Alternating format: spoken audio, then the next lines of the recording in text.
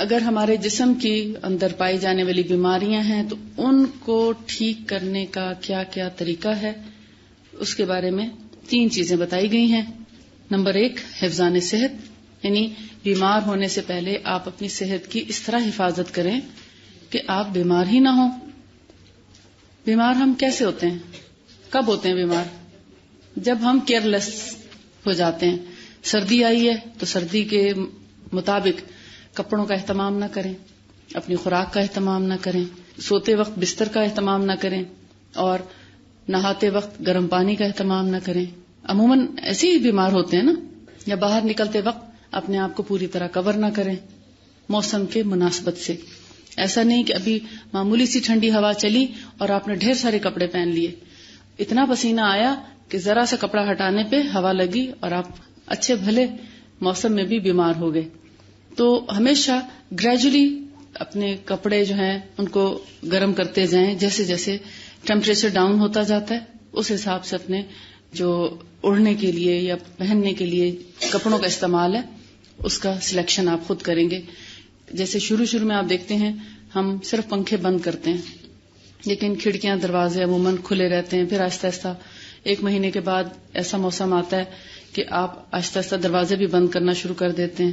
پھر ایک وقت آتا ہے کہ آپ اب اپنے جو کپڑے لان کے تھے وہ کاٹن کے ہو جاتے ہیں یا لینن کے ہو جاتے ہیں، اور پھر اس پر اکتفا نہیں کیا جاتا. جب دسمبر جنوری آتا ہے تو پھر شالز اور سویٹرز بھی آ جاتے ہیں، ساکس بھی پہنی جاتی ہیں.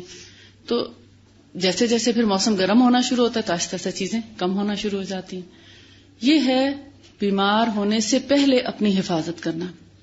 اسی طرح کھانا ایک مناسب مقدار میں کھانا، بہت پیٹ بھر کر نہ کھانا یا ایک ہی وقت میں بہت سی چیزوں کا اکٹھا نہ کرنا.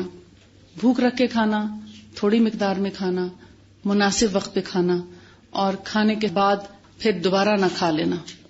یہ ایک صحت مندی کی طرف پہلا قدم ہے کہ آپ کھانا کھائیں تو کھانا کھاتے وقت اس چیز کا خیال رکھیں کہ کھانا بہت پیٹ بھر کے نہ کھائیں، اور کھانا کھا لیے تو ابھی تھوڑی دیر بعد کوئی اور کچھ کھا رہا ہے تو پھر اس کے ساتھ مت کھانا شروع ہو جائیں. کیوں؟ اب آپ کھا چکے. کھانے پہ کھانا اب آگے جا کے آپ پڑھیں گے بیماری کو دعوت دینا ہے. تو لہٰذا کھانا ہم کس لیے کھاتے ہیں؟ بھوک مٹانے کے لیے، اپنے جسم کو انرجی پہنچانے کے لیے.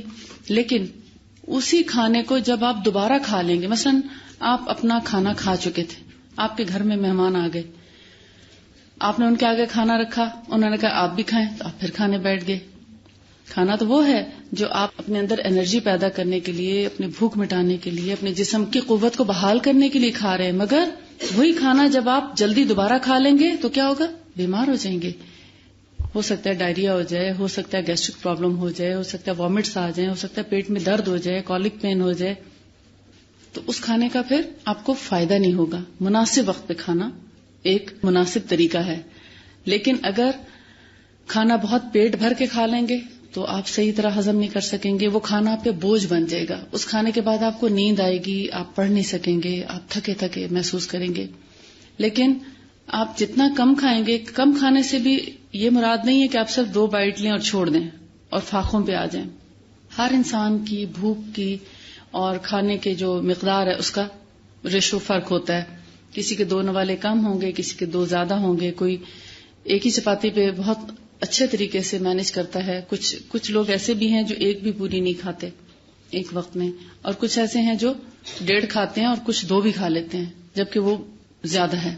اور کچھ لوگ 3 ٹائم کھاتے ہیں، اور کچھ لوگ پھر ان ڈیوریشنز کے دوران بھی چائے، جوس، پانی تو خیر حرج نہیں، آپ جتنا بھی دن میں پئیں، جتنی آپ کو پیاس ہے ضرور پینا چاہیے. پیاس سے کم بھی نہیں پینا چاہیے اور پیاس سے بہت زیادہ بھی نہیں پینا چاہیے.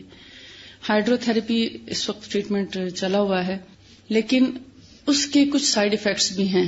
اس وقت جب آپ خالی پیٹ 4 سے 8 گلاس پی جاتے ہیں اور اس سے پہلے کچھ بھی نہیں لیتے، اگر آپ شہد کا 1 گھونٹ پی لیں اس سے پہلے، اور پھر آپ جتنا پانی پینا چاہیں یا آپ کی طلب ہے اس سے اگر 1 گلاس زیادہ بھی پی لیں تو آپ کو وہ پانی کچھ تکلیف نہیں پہنچائے گا. لیکن اگر شہد پیے بغیر آپ نے صرف پانی پیا تو آپ کے جسم کے اندر کے جو منرلز ہیں یا وٹامنز ہیں وہ یورین کے ذریعے آپ کے ویسٹ ہونا شروع ہو جائیں گے. اور پھر آپ کو تھوڑے دنوں میں ویکنس کا احساس ہوگا. دردیں تو ہو سکتا ہے کم ہو جائیں، مگر آپ کی کڈنیز کے اوپر لوڈ پڑے گا. کسی بھی جسم کے حصے پر ایسا لوڈ نہ ڈالیں کہ وہ تھک کے فیلئر کی طرف جانا شروع ہو جائے. اگرچہ یہ علاج نوجوانی میں تو کامیاب ہے مگر بڑھاپے میں کامیاب نہیں ہے. ہر علاج کے لیے دیکھنا پڑتا ہے کہ یہ کس عمر کے مریضوں کے لیے اور کس قسم کے مریضوں کے لیے فائدہ مند ہے. ہر شخص ہائیڈرو تھراپی نہیں کرا سکتا کیونکہ ہر شخص کے گردے اتنے ایکٹیو نہیں ہوں گے کہ وہ اس پانی کو ریگولیٹ کریں اور یورین جو ہے آتا رہے اور آپ اس کو مینج کر سکیں. سب نہیں کر پائیں گے. اس لیے علاج کو اپنانے کے لیے یا علاج کی طرف جاتے وقت بھی احتیاط سے کام لیں. یہ بھی حفظان صحت کے اصولوں کی طرف ایک قدم ہے. یعنی حفظان صحت کے جو اصول ہیں اس میں نہ صرف یہ کہ آپ بیمار ہونے سے پہلے حفاظتی تدابیر کریں بلکہ علاج کے لیے بھی اگر آپ جانا چاہتے ہیں تو اس میں بھی آپ محتاط رہیں کہ آپ کو کون سا طریقہ علاج جو ہے وہ سوٹ کرے گا.